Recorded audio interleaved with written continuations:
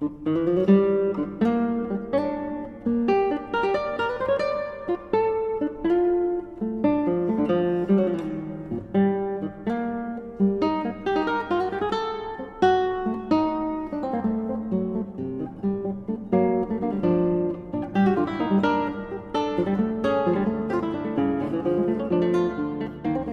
it's David, and you're listening to the tonebase classical guitar podcast.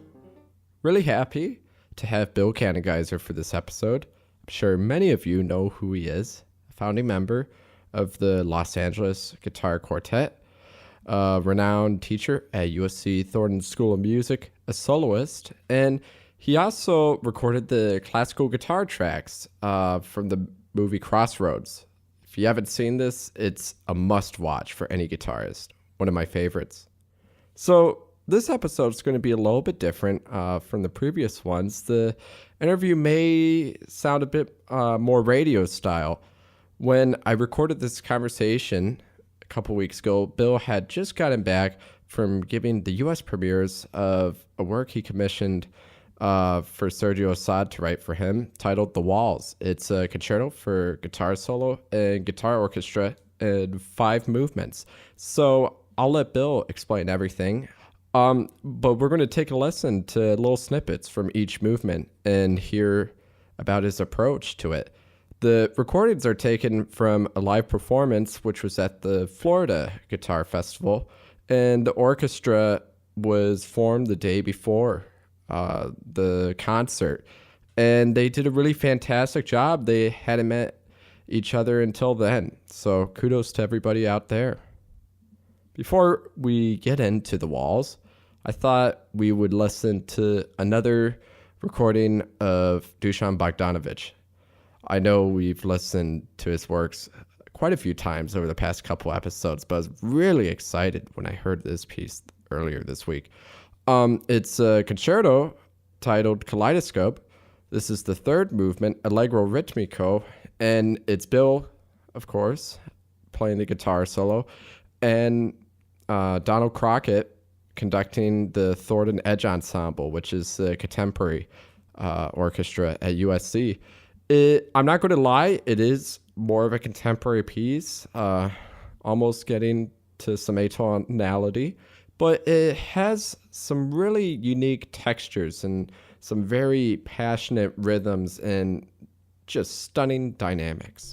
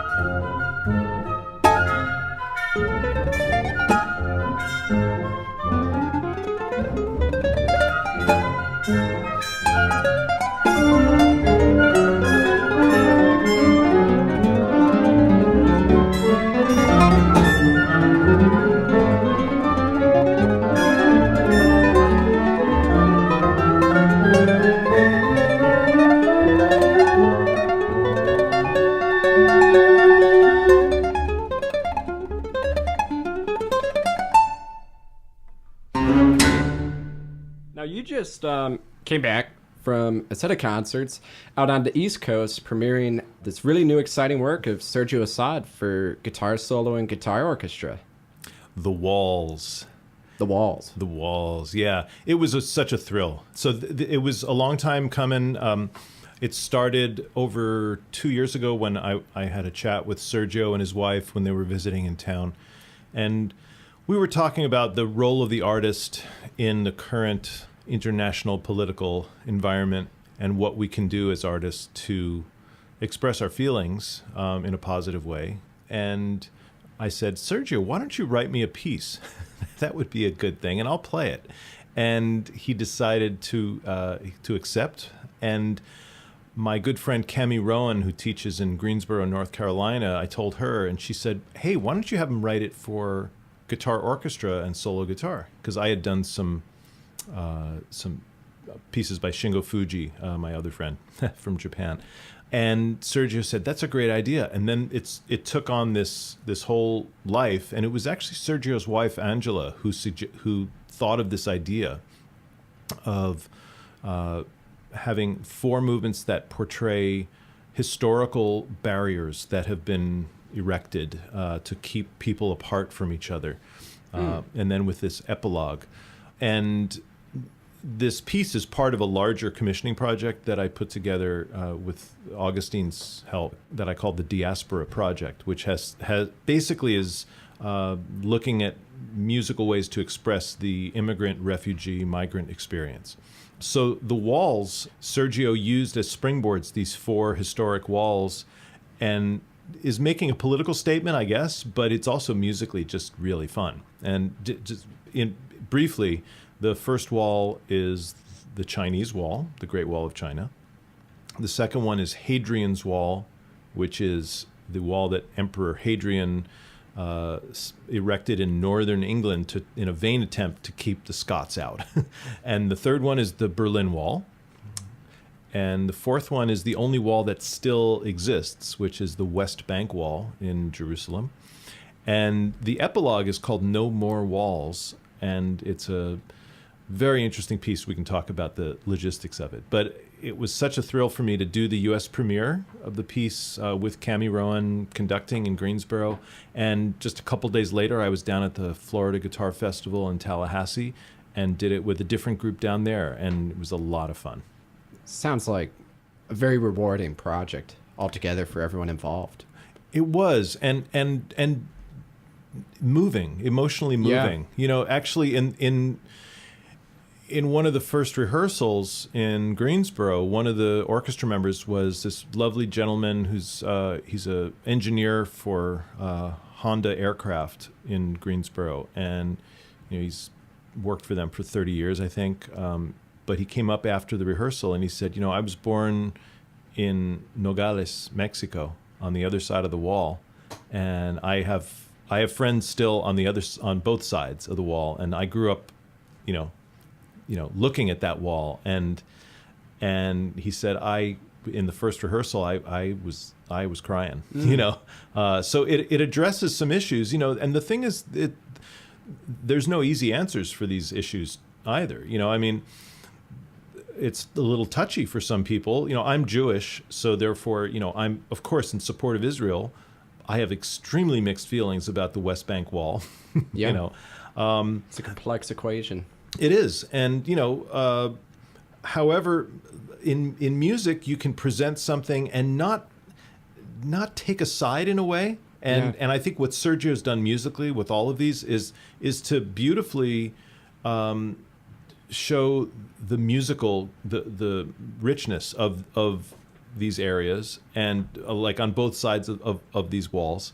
And when you don't use words to make things totally clear, when music is just vague enough, we get the emotion of it, and I think it's not going to elicit like that strong of a negative response from people who might be, because that's probably the last thing Sergio wants, or right. For anybody. But it's, I guess in a way it allows this openness for interpretation. Right. And it's beautiful that, and not to get into politics and everything, especially since it's a very sensitive thing in this day. But it is.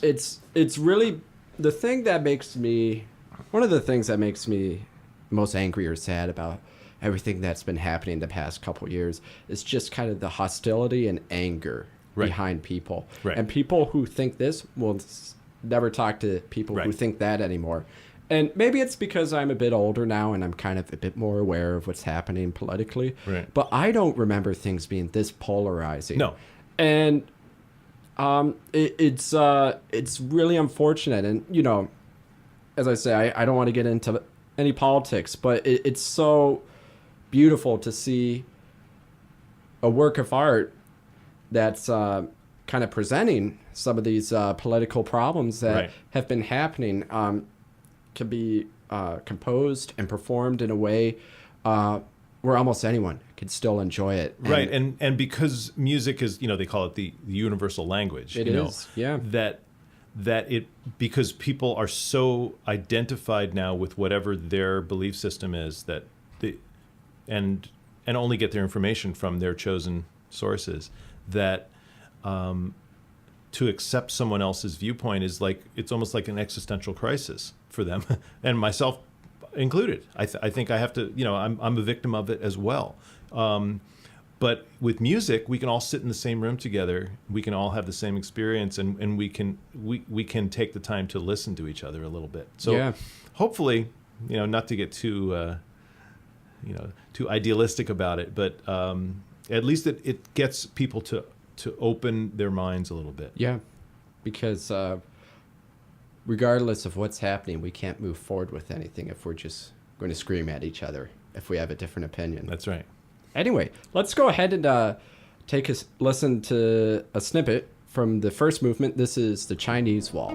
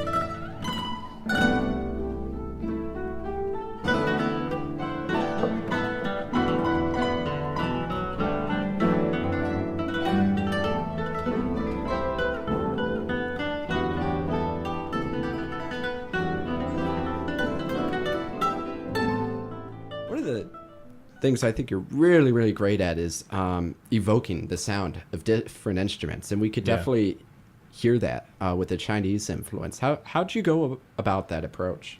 Well, you know, Sergio really, first of all, Sergio really does his homework whenever he focuses on some new inspiration or new style. He spent a long time listening to Chinese instruments and traditional Chinese music. And he really wanted me to try to imitate the sound of the pipa, the sound of the erhu. And he didn't give me any specific directions like, okay, you know, exactly do this. But, you know, he did say, well, use a wide vibrato here, bend a certain way. But when I actually met with him and we got to work on it together, then it was really easy, you know, and but one of the things I'm doing to imitate the sound of the pipa, which is the Chinese lute, essentially, is that the one string instrument? It's got, I don't know exactly how many strings the pipa has, but it looks very much like a Renaissance lute. It's pear-shaped, big, huge wooden tuners. Right. Yeah. And it's played with a plectrum, right? They actually play it with the back of their fingernails. They mostly play, they pluck with what we would do rasgueados with. And so especially their tremolo effect.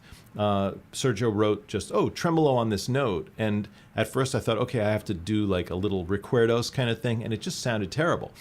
But then when I thought, okay, I'm going to do this sort of continuous rasgueado on one string, and vary the speed of it, vary the intensity of it, and bend it a lot, then it kind of started capturing that peepaw sound. Yeah. That's so interesting. Yeah, I totally remember the instrument now. It just took a... Yeah. What's the name? It's driving me crazy. What's the name of the instrument where it's kind of the single... it's like violin? Right, like, that's the erhu. The erhu. And that's sort of what he's having me imitate with the slow bends, bending notes. And then especially this little feathery tremolo. I'm doing like this very feathery, like almost plectrum-like tremolo. That sort of captures that sound, I think. It's really interesting hearing you talk about Sergio really immersing himself in this music, because I'm not crazy familiar with his works. I love what I've heard. Yeah. I haven't studied many of them, but from my knowledge, this piece is totally different from his other repertoire that he typically writes. Or am I just in a very close box for the pieces? No, I would say, to? He's written a lot. I mean, first of all, he's become really, really active with composition in the last few years. Like it's like this torrent of amazing music coming out of him. He's writing a lot. But the pieces that we know the best, Aquarelle and the Sonata and his Jobimiana and things like that. A lot of them have influences that might be Brazilian, might be he's written different ethnic things, but a lot of his pieces are non-specific music. Like not specifically tied to a genre or a particular place. Sergio has written quite a few pieces that have world music or other kind of influences. Like he wrote a piece called 3 Greek Letters, based on ancient Greek music. He's obviously tons of Brazilian inspired things, but I don't think he's ever written anything quite so obviously like evocative of these distinct exotic musical cultures. And I think he's pulled it off beautifully. Yeah, you walk a fine line between parody and paying homage to it, and I think there's moments where it's like, oh, that sounds like Scottish music or Chinese music, but it also sounds like Sergio. Yeah. Like so he's able to. You can still hear his voice. Absolutely. Yeah. So let's go ahead and now listen to the second movement. Yeah, this one's called Hadrian's Wall. Okay. And so what he tried to do here was to evoke the Roman essence of Emperor Hadrian, with this, essentially it's kind of like a Ben-Hur soundtrack kind of sound, but then clearly is evoking the Scottish element, with a little lick that he wrote for me that is just about the best bagpipe imitation, and it's so fun to play. It's just the way he wrote it. It really captures the. I feel like I'm wearing a kilt when I'm playing. Let's say that. You should put a kilt on just for this movement. Laddie, you don't know what's under the sporran.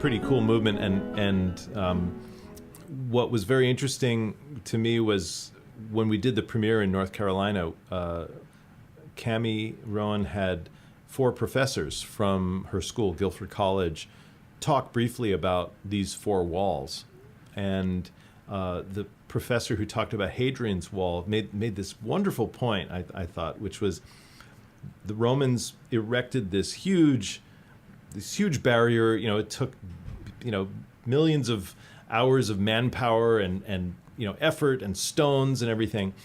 And it was a complete failure. It didn't work at all. And in fact, 25 years after the wall was completed, it was so obsolete that it became a tourist attraction. And so it spurred actually this little mini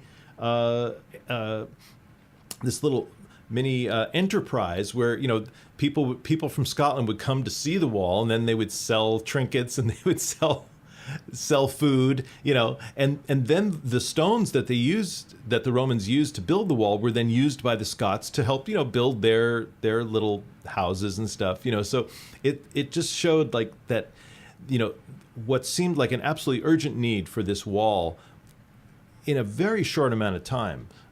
It totally didn't serve its purpose, and it actually helped the people that the Romans were trying to keep away. It was very interesting. It was recycled. It was recycled. I've absolutely. never thought of a wall being recycled. Yeah, there you go. Actually, I saw it. I was lucky. I was up in the Yorkshire Dales a couple of years ago on a little holiday, and we went up to see the ruins of the Hadrian's Wall. There's really not that much left of it because people used the stones, but there's been a lot of excavation and all these really cool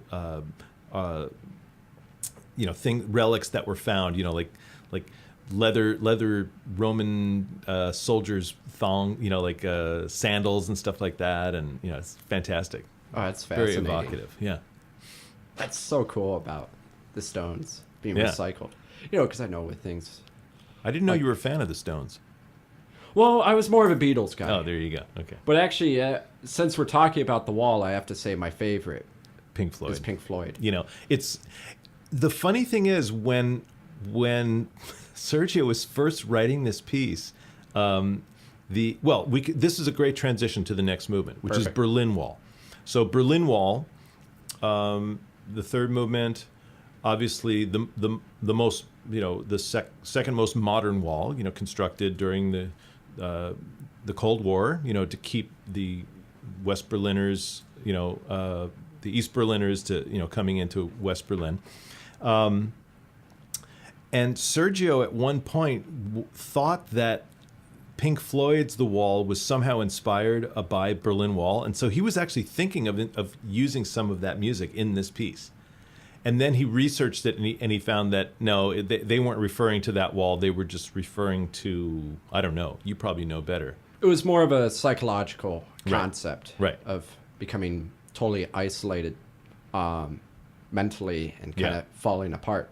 Right. But with that being said, when the Berlin Wall did come down, Pink Floyd did perform it there. They did. Which, actually, it gets a bit complicated because that was when Pink Floyd kind of disbanded. So it's just Roger Waters. But he did the wall. He was the main So there guy was a connection. Yeah. So what Sergio ended up doing, which actually I think is pretty cool, is he combined two things that he really identified with the wall and with Germany. And one was the rise of 12-tone composition, which was, before the war, Schoenberg, Berg, Webern.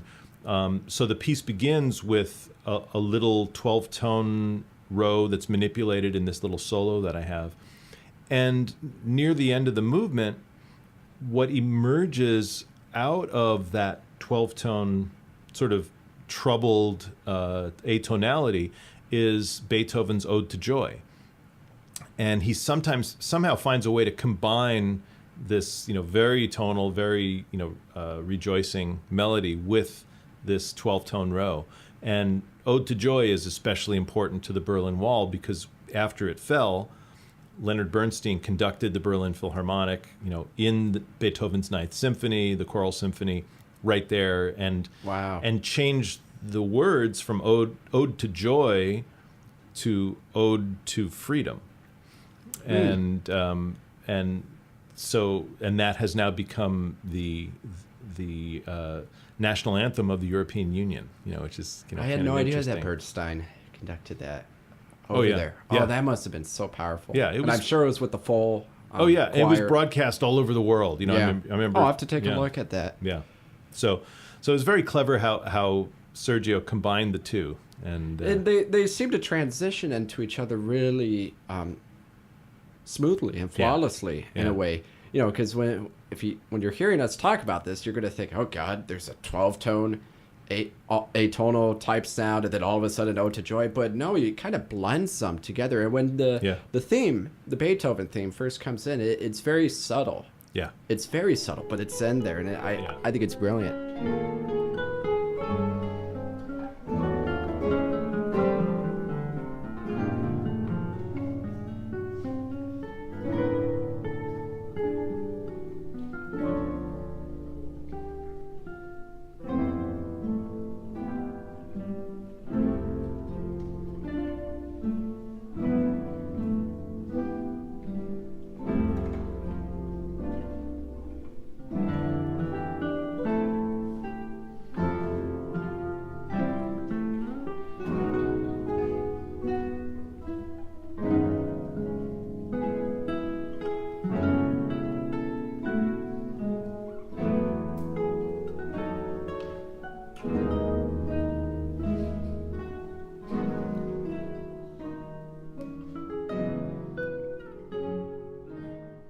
About the West Bank Wall, the fourth movement. Well, the West Bank Wall itself is the only one of the four that still exists. The other three have outlived their usefulness, and so as we discussed before, it's a fraught with controversy. People on both sides of this wall have suffered, and the way Sergio deals with it musically is, I think, really interesting. He begins with this incredibly evocative Arabic theme. Sergio's family is originally from Lebanon, and so he really understands how to get that fantastic bendy note kind of sound, and sort of asks me to imitate an oud. The Arabic lute, with lots of quick little ornaments and bending notes, and I'm deliberately playing with a kind of very bright, almost plectrum-like kind of sound. But what he does also is he insinuates little Jewish melodies against it as the piece develops, and so there's this counter melody that's kind of hidden that, to me, it reminds me very much like one of the tunes from Fiddler on the Roof. If I were a rich man, doi, doi, doi, doi, doi. And I tell you, that's a nice melody he wrote there. That's a nice one. No, that's one of my favorite songs. And, I know it was a play originally, but one of my favorite scenes in movies of all time. Oh yeah. And the piece ends with a very up-tempo, very sort of raucous hora, which is a sort of a klezmer dance, and I'm doing my best. I'm trying to imitate a klezmer clarinet player, but I can't really quite do the Benny Goodman bend thing on it. But it's really fun, and it's challenging for the orchestra, because they're some of them are only playing upbeats, 1, 2, it takes a certain amount of shall I say chutzpah to do it.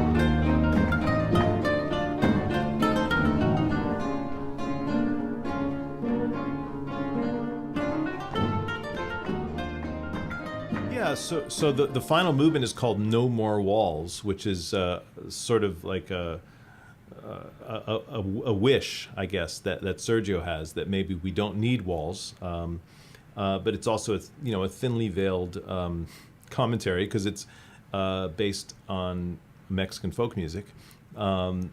There's a performance aspect to it that is not suited for radio, in that at one point in the piece, members of the orchestra stand up and form a human wall in front of me, separating me, this soloist, from the audience, and then I do sort of a decrescendo to sort of kind of show that my creative spirit is being stifled or smothered by the wall, and music ends up breaking the wall down. And the end of the piece, which we'll hear just a little bit of, just the end of the piece, is a very rejoicing, kind of hopeful, and full of life kind of 6/8/3/4 Mexican folk tune.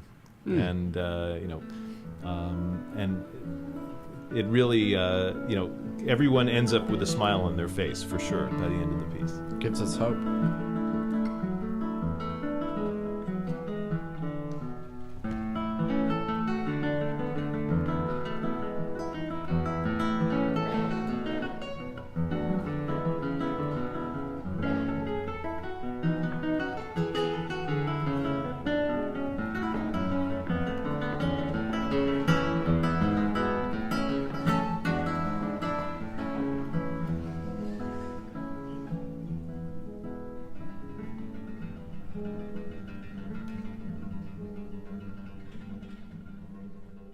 Thank you, Bill, for being on the show. Please join me in 2 weeks for a conversation with David Tannenbaum.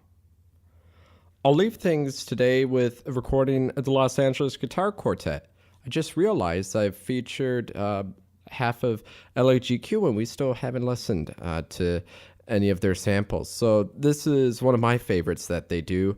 It's the beloved Danza Ritual del Fuego by Manuel de Falla. I'm David Steinhardt. We'll see you next time for the Tonebase Classical Guitar Podcast.